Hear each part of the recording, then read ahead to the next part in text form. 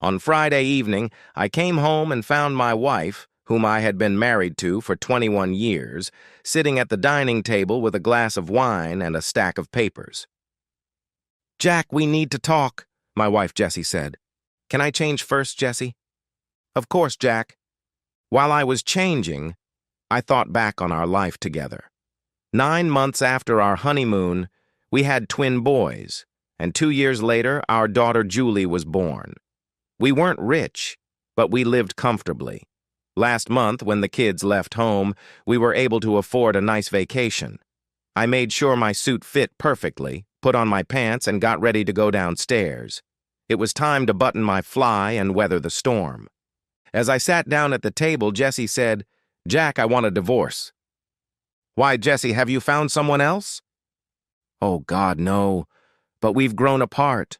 We're more like roommates than husband and wife. We haven't slept in the same bed in years." "You know you snore, Jessie, and we slept in the same bed when we were on a cruise last month." There was anger in her eyes as she said, "Jack, please let me finish. Don't interrupt me. This is going to be very difficult for both of us." "Go on, Jessie." "First, let me tell you what a wonderful husband you've been. What a wonderful father and provider. You anticipate our needs around the house. You wash the towels, you buy the milk, you clean the bathroom, or mop the kitchen floor. My coworkers would kill for a husband like you." "I'm alone all the time, Jack. Maybe we watch TV together twice a week, but usually we're buried in our phones. Once a week, we might rent a movie online. On weekends, you go on your little backpacking trips. When you're home, you spend most of your time in your office watching porn or working. Yes, I know you watch porn. At first, I was glad about that because I stopped feeling guilty when I turned you down. But now you don't even try." Note to self. How many times do you have to hear "not today" before you say "screw it"? I tried 3 times during the cruise, but all I heard was "not today." Jessie was on the attack. I don't take her out to dinner, I don't buy her flowers, and a whole bunch of other things I don't do. Jessie moved on to the summary. "Since I'm living alone anyway, I might as well make it official. I asked my lawyer to draw up a separation agreement. Have your lawyer look at it. I tried to be very fair. You can keep your retirement savings. I don't want any support. I had the house appraised and would like to buy you out." The indictment was over. "Jessie, are you sure you haven't found someone else, or that someone is waiting for their chance?" "God, no, Jack. Another man is the last thing I need." "And you think divorce is the only way out? We don't have a chance to go to a counselor and work through these issues?" "It's too late for that, Jack." "Okay, Jessie, I'll think about it and give you my answer in the morning." "Sleep on it, Jack, but you really don't have a choice." I lay in bed, but I couldn't sleep. Jessie had pointed out all the negative aspects of our life. Was our marriage perfect? Number. In the end, Jessie had made her decision, and I couldn't change it. I booked a hotel room for a week, packed my clothes and hiking gear into my SUV, looked in my closet, and took out my suits and shoes. On my way out, I signed the divorce papers and left my ring on the table. An hour later, I received a text message from Jessie that said, "Thank you." That was the final blow. I had hoped she would change her mind or regret it when she saw my signature on the papers. I didn't reply. A few minutes later, our daughter Julie called. "It sounds like Mom took all her anger out on you last night. I'm so sorry, Dad. I tried to talk her out of it, but she had already made up her mind and come up with reasons for her decision. Are you okay?" "Well, I think I've been through worse. I feel sorry for your mom. She's so focused on the negative aspects of her life that she can't see the big picture, a classic symptom of someone suffering from depression. By the end of the morning, she'll be even more depressed. I called my brothers this morning and told them what Mom was doing. I've never seen them so angry. They're calling her now to disown her. I would do the same, but someone has to be there for her. Why do I have to be the only daughter?" "You're lucky. I need to finish unpacking and figure out what to do next. I love you, Julie." I love you too, Dad, and don't hesitate to call me or my brothers if you need anything. After setting up my laptop, I closed our joint credit cards. I had my own, which I used for work. When the banks opened, I transferred half the money to a new account and removed my name from our joint bank accounts. Judging by experience, this seems to be the first thing people do when they're expecting a breakup or divorce. I couldn't remember what I had signed. Both boys called me on Sunday, cursing their mother and inviting me to dinner. I politely declined. I didn't want to talk to anyone. On Monday, I went to my boss and told him that I was taking 6 weeks off starting the following Monday. He wasn't happy. He really didn't have a choice, but I explained my reasons and he agreed. I also made an appointment with Human Resources to discuss retirement options. I was fully vested in the old system and, having worked for over 30 years, should have been entitled to it. They were going to calculate my pension, and I would make a decision. During that week, I found a nice, furnished apartment and moved my things there. I had always dreamed of walking the 2,200 miles of the Appalachian Trail, and a week after that Friday, I was on my way to the trailhead in Georgia. In the 5 weeks I had for the hike, I wouldn't be able to walk the entire trail, but it would still be a challenge. The hike was an amazing experience. It was mostly students and a few old folks like me. The people were great, and by the time I set up camp for the night, I was completely exhausted. I didn't think about Jesse. However, it wasn't all fun and games. One time it rained for 24 hours straight. The next day, I managed to catch a ride at an intersection and drive to town to dry my clothes. Cell service on the trail was spotty at best, so this was my first chance to check my messages. I was disappointed that there was nothing from Jesse. There were several messages from my kids wanting to know if I was alive. I assured them that I was. There was also a message from Jesse's lawyer asking when I would be ready to sign the papers. I deleted it. 5 weeks flew by, and I returned to my apartment. I spent the first day mostly doing laundry and showering. On Saturday morning, 6 weeks after that Friday, Jessie rang my doorbell. I invited her in and offered her a cup of coffee. She was wearing makeup, maybe even too much, and a simple but cute dress. We exchanged pleasantries, and then I asked, "Why are you here, Jessie?" "Jack, I made a terrible mistake. The first night after you left, I realized that even though we weren't sleeping in the same bed, you were always there. For the first time in a long time, I felt what it was like to be truly alone. Of course, I was too stubborn to call you, even after the kids called me, told me I was a damn fool and never to call them again. I had no husband, no family, but that didn't stop my stubbornness. I want you to come back, Jack. Forgive me, and come home. We can go to a therapist if you think we need to." "All that stuff you said about it being too late? How did you know I was home?" "You still have geolocation enabled on your phone, so we knew where you were. The kids tracked you on the Appalachian Trail map." "Tell me, Jessie, have you been with someone since I left?" Jessie looked down at her coffee cup. I knew the answer. So much for "no one was on my mind" and "God, no, Jack. Another man is the last thing I need." I took her coffee cup and rinsed it in the sink. Then I took her by the elbow and pulled her toward the door. "It's time for you to go, Jessie." "But Jack, it was after we broke up. I wasn't cheating on you. Don't you want to think about what I said?" "It's too late, Jessie." She collapsed onto the couch, tears streaming down her cheeks. "I'll call you an Uber. You're not in any condition to drive." "Are you kicking me out?" "I'm politely asking you to leave. That's how I would describe it." When the Uber was a minute away, I texted Julie that her mother needed her and she was on her way home in an Uber. "We don't call her Mom anymore. We call her Jessie when we want to be polite. I'll call you when I'm on my way." A few minutes later, Julie called me. "It looks like Jessie's attempt at reconciliation didn't go according to plan. She kept telling me that you love her and will take her back. I told her she was a fucking idiot." "She told me she was with someone else." "Well, I'm glad she told you herself, because I thought I'd have to tell you. She had the nerve to call me on Saturday morning, a week after that Friday, to tell me she'd just gotten back from a date.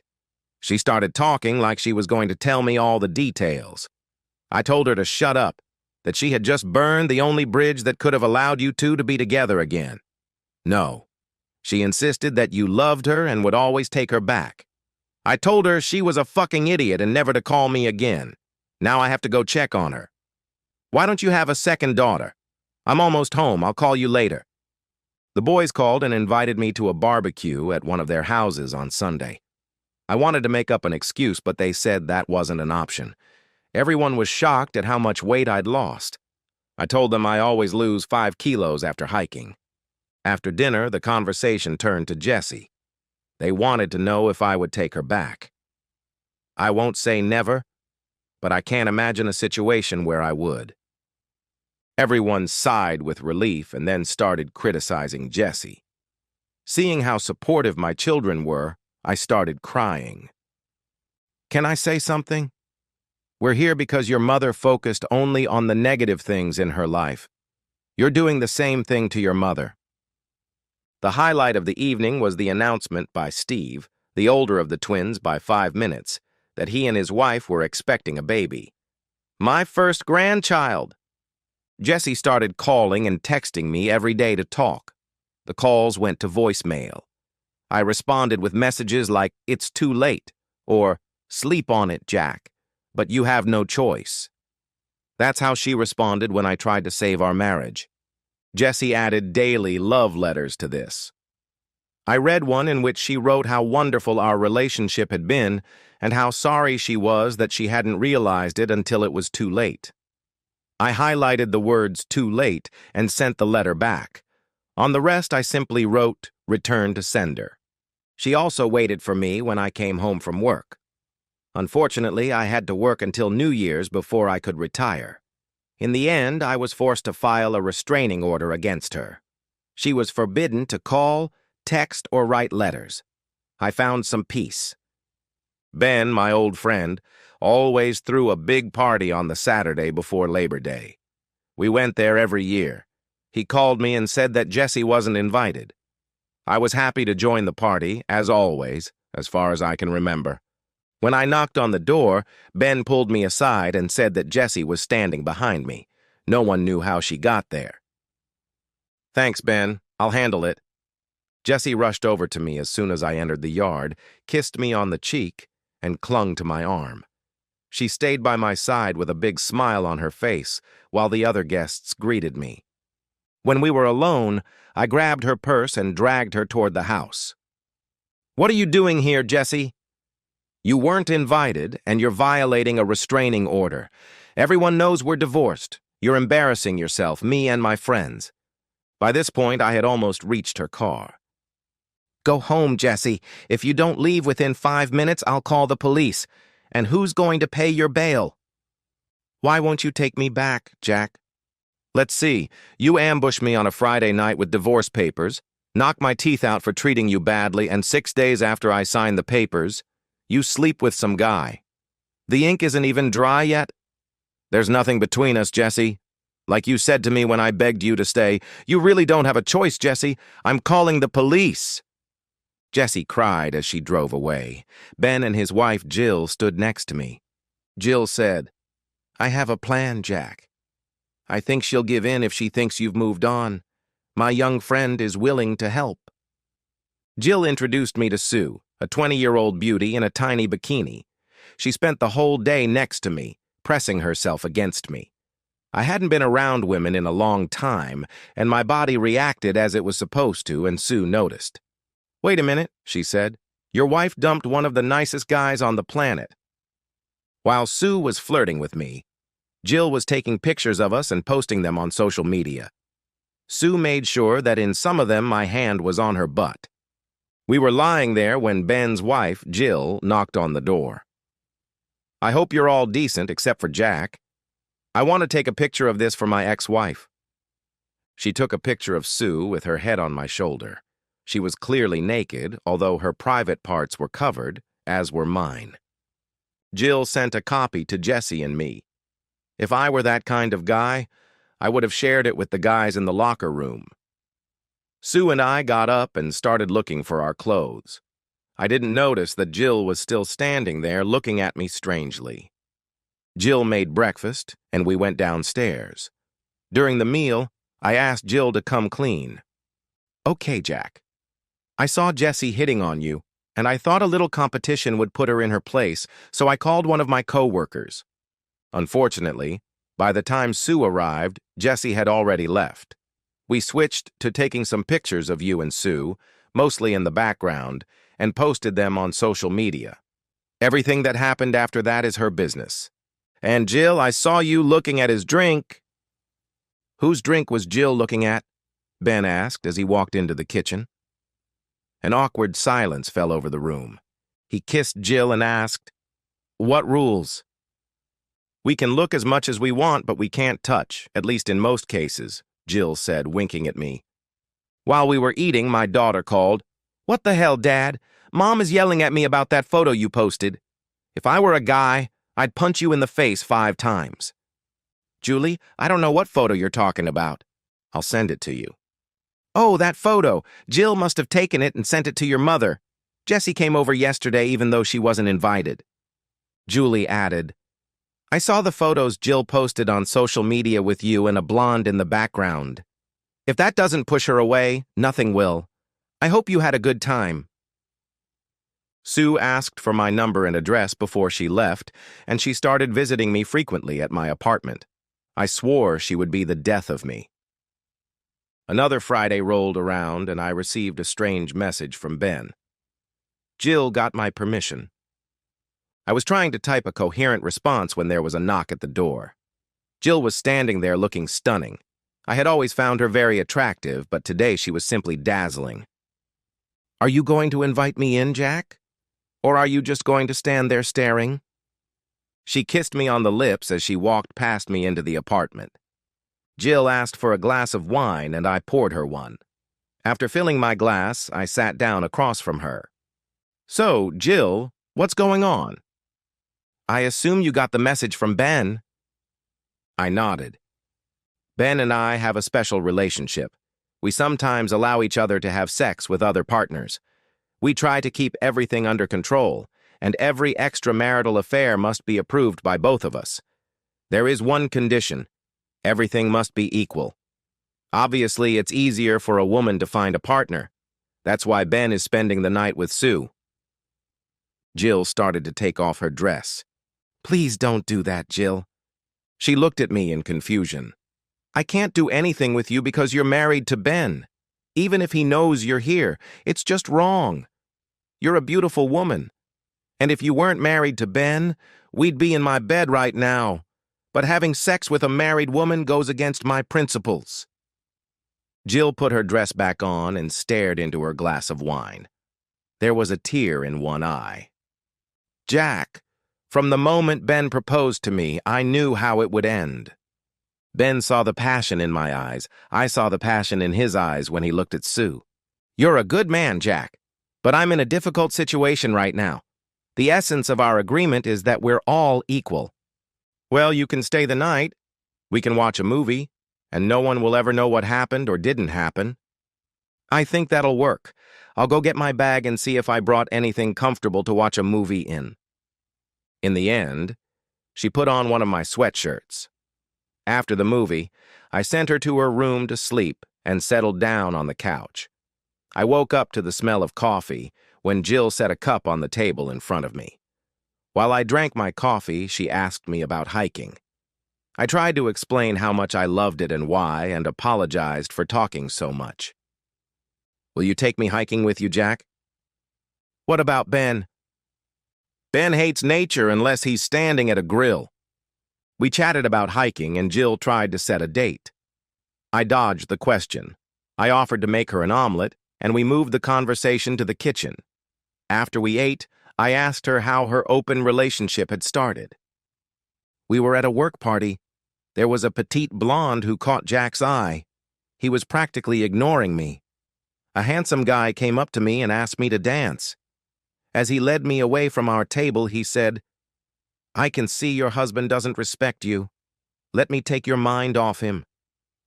He was an excellent dancer and never touched me inappropriately. At the end of the third dance, he said he had to leave because his wife had only allowed him 3 dances. Our children were sick, and she couldn't come tonight. I asked, "Are you in an open marriage?" "Oh, no, God, no," he replied. But dancing with another woman while she was at home with sick children seemed wrong to him. "I also sent her videos of your husband behaving disrespectfully toward you. My wife suggested that I dance with you." Ben saw me dancing with this man. I expected him to be jealous, but instead he suggested we open up our marriage. Normally I would have refused, but this time I let him explain his plan. I still don't know why I agreed. I had sex outside of marriage 4 times and hated everyone. When I got home, I felt like a slut, and even an hour in the shower couldn't wash that feeling away. Ben was thrilled with his little adventure. Funny, you're the first person I've ever really wanted to sleep with. Jill kept asking me to go hiking with her, and I finally agreed to take her with me the following Saturday. She needed to make sure Ben was okay with it. On Saturday morning, when we met at the trailhead, it was cool. We had a 10-mile hike ahead of us, past a waterfall with a beautiful view. My fears that Jill wouldn't be able to keep up with me were dispelled when she took the lead. The hardest part was keeping my eyes on the trail and not on her butt. We spent a few minutes at the waterfall, then climbed to the top, where we had a snack and admired the view of the valley. It was places like this that made me love hiking. Jill said, "I could stay here forever." "Me too," I added. "There are places on the trail where you can look out over the valley and see nothing artificial, not even a contrail in the sky." On the way back, we stopped at the waterfall and dipped our feet in the water. "Jack, how could you leave such beauty and go back to the mess your wife made? As much as I love nature, sometimes you have to face the truth. I didn't know Jesse was cheating on me until I came back." We walked back to the cars in silence. When we said goodbye, Jill said she wanted to talk to me and suggested we stop and have dinner together. Over dinner, she said, "I filed for divorce from Ben. He blames you, and I let myself fall in love with you, which is a violation of our agreement." Things got a little heated. I insisted that it was all his idea, and I hate myself for letting someone manipulate me. He wanted to know if I hated myself after sleeping with you. I told him that you refused to participate in the agreement and considered it a violation of our promises, that you slept on the couch and I slept in your bed, that we kissed once. He wanted to know if I would withdraw the divorce papers if we canceled the agreement, and I said no. I believed he would just continue sleeping with other women behind my back. In the end, he signed the divorce papers without even reading them, packed his things, and left. I heard he moved in with Sue. I asked, "Did you do this so that after everything settles down, we can be together?" Yes and no. Of course, I hope we'll be together. But what's more important is that you showed me that there are still decent men in the world, men I would want to marry. So why continue wasting my life on Ben? I didn't want to interfere with her decision, so I didn't say anything. The first walk turned into a second, and then into walks every weekend. I fell in love with her before her divorce was final, and I knew I needed to talk to the kids, so I called a meeting at Stephen's house. After dinner, I stood up and said, "I want to tell you all that I'm in love with Jill, Ben's soon-to-be ex-wife." A series of congratulations and questions followed, mostly about whether we were going to get married.